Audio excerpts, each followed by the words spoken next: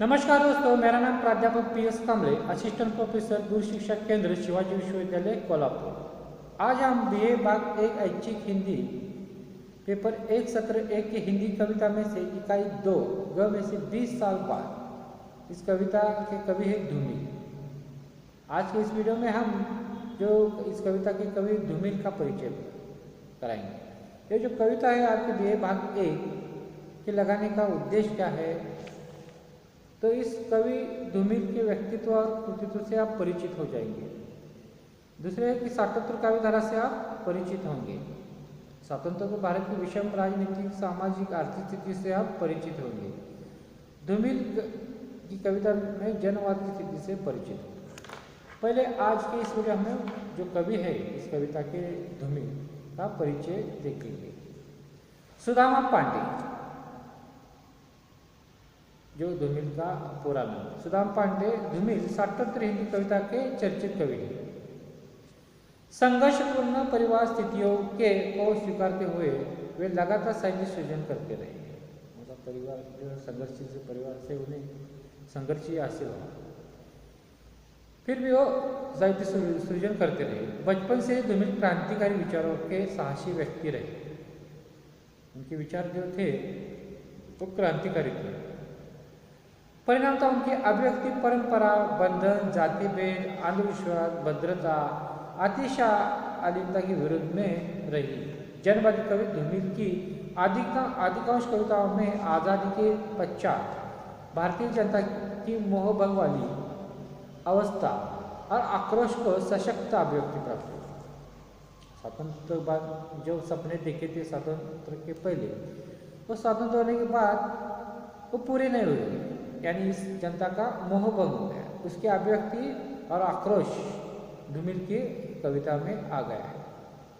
अपनी कविताओं के द्वारा उन्होंने स्वतंत्र तो भारत के आम आदमी की व्यथा को उजागर करते हुए भारतीय जनतंत्र के नकली मुखौटों का पर्दाफाश किया है। धूमिल का जीवन परिचय हम देखते हैं।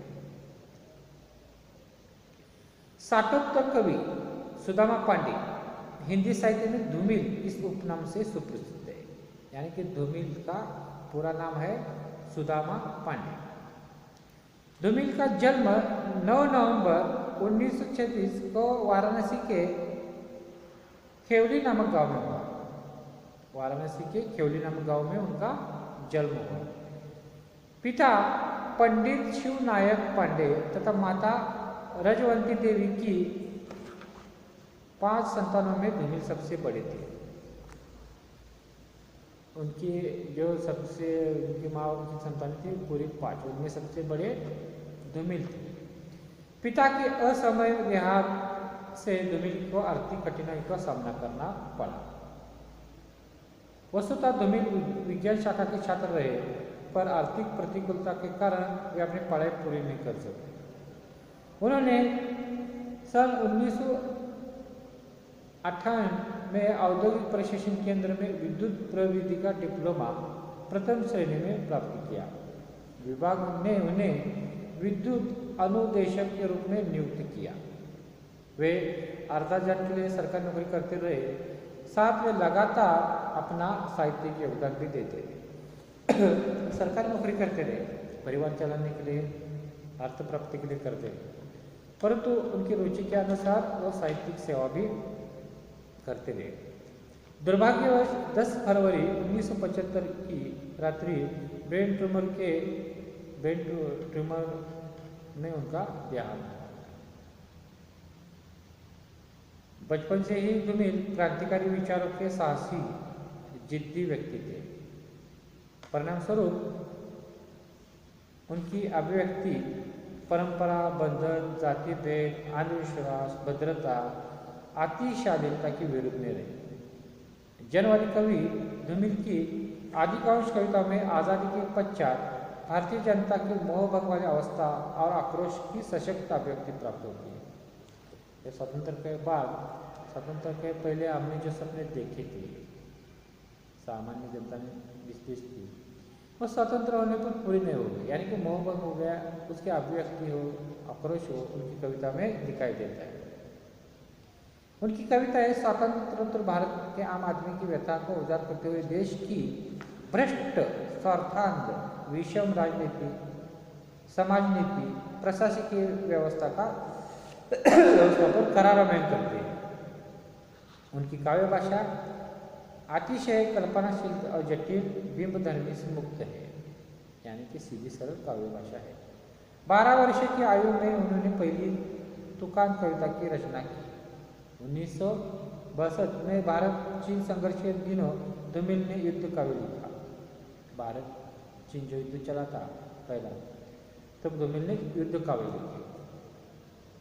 धूमिल ने अपनी समस्त विचार चेतना को पटकथा नामक काव्य रचना के माध्यम से प्रस्तुत किया, जिसमें एकालाप, संवाद, आक्रोश, तिलमिलाहट, विवशता, निराशा, खींच, व्यंग की बहुचर सभी का समीकरण मिलता है। धूमिल का नाम पर मुख्यतः 3 काव्य संग्रह, उनके 3 काव्य संग्रह कौन कौन से है? पहला है संसद से सड़क तक, दूसरा है कल सुनना मुझे, और तीसरा है सुदामा पांडे का प्रजातंत्र। धूमिल के नाम पर 3 काव्य संग्रह है, संसद से सड़क तक, दूसरा है कल सुनना मुझे, और तीसरा है सुदामा पांडे का प्रजातंत्र। उनको जो पुरस्कार मिले हैं वो देखिए। अपने साहित्य योगदान के लिए धूमिल को सन 1975 में मध्य प्रदेश शासन की ओर से मुक्तिबोध पुरस्कार से गौरवान्वित किया गया। उन्हें मध्य प्रदेश शासन का मुक्तिबोध पुरस्कार मिला था। धूमिल को कल सुनना मुझे इस काव्य संग्रह पर मरणोपरांत साहित्य अकादमी पुरस्कार प्राप्त किया गया। कल सुनना मुझे इस पर मरणोपरांत साहित्य अकादमी का पुरस्कार दिया गया। इस प्रकार हमने धूमिल जी का जीवन परिचय, उनकी साहित्यिक रचना और पुरस्कार जो मिले ये देखिए। आज अब जो आपके BA भाग एक ऐच्छिक पेपर के लिए 20 साल बाद जो कविता है उसका जो परिचय है, संक्षिप्त परिचय करेंगे। 20 साल बाद ये संसद से सड़क तक इस संग्रह में है, जो धूमिल का संसद से सड़क तक यह संग्रह है, उसमें ये कविता है। इस काव्य संग्रह की महत्वपूर्ण कविता 20 साल बाद आज़ाद भारत की दुरावस्था पर करारा व्यंग करती है। आज़ाद भारत जो है, आज़ादी के बाद भारत की जो अवस्था हो गई, इस पर यह व्यंग है। इसमें मुख्यतः स्वतंत्र भारत के आम आदमी की मोहभंग वाली अवस्था का चित्रण प्राप्त है। जो सपने देखे थे, सपने टूट गए थे, यानी मोहभंग हो गया था, इसका चित्रण इस कविता में है। आज़ाद भारत की स्वार्थांत, भ्रष्ट, आत्मकेंद्रीय राजनीति, समाज नीति तथा अर्थनीति के चलते देश का आम आदमी बड़ा बेचैन है। आज आम आदमी का किस कारण बेचैन है? राजनीति के कारण बेचैन है। वो स्वार्थांत है, भ्रष्ट है, आत्मकेंद्रीय राजनीति। भारतीय जनतंत्र के नकली मुकुटों का पर्दाफाश करने वाली इस कविता में कवि ने देश की आज़ादी पर अविश्वास प्रकट किया है। उसे आज़ाद भारत का लहरता हुआ झंडा बड़ा दयनीय प्रतीत होता है।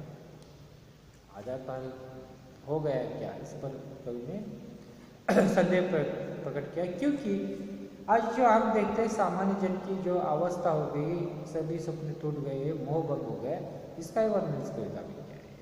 ये 20 साल बाद कविता इस पर। इस प्रकार हमने आज के इस वीडियो में कवि धूमिल का परिचय देखा है। 20 साल बाद कविता जो है आज़ाद भारत का जो दुर्दशा का वर्णन है। आपके इस जो इकाई है, जो BA भाग की ऐच्छिक प्रश्न पत्र ये कविता लगाएंगे, उसका उद्देश्य क्या है? तो उद्देश्य ये है कि इस कविता के माध्यम से आप कवि धूमिल के व्यक्तित्व कृतित्व का परिचय होंगे।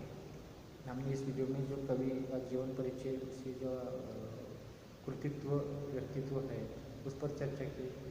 साठोत्तर कविधारा से परिचित हो जाएंगे। ये जो कविता है साठोत्तर कविधारा जो हिंदी के उसमें आती है, महत्वपूर्ण कविता है। स्वतंत्र भारत की विषम राजनीतिक, सामाजिक, आर्थिक स्थिति से परिचित हो गया, जो इस कविता में आ गई है उससे परिचित। धूमिल की कविता में जन्म स्थिति से परिचित होंगे, आम आदमी की स्थिति क्या है इससे आप परिचित होंगे। तो आज के इस वीडियो में हमने जो कवि है हमने उनका परिचय देखा। आगे की वीडियो में 20 साल बाद कविता का आशय देखेंगे और उसके आगे की वीडियो में हम प्रश्नोत्तर पर चर्चा करेंगे। तो इसके साथ धन्यवाद।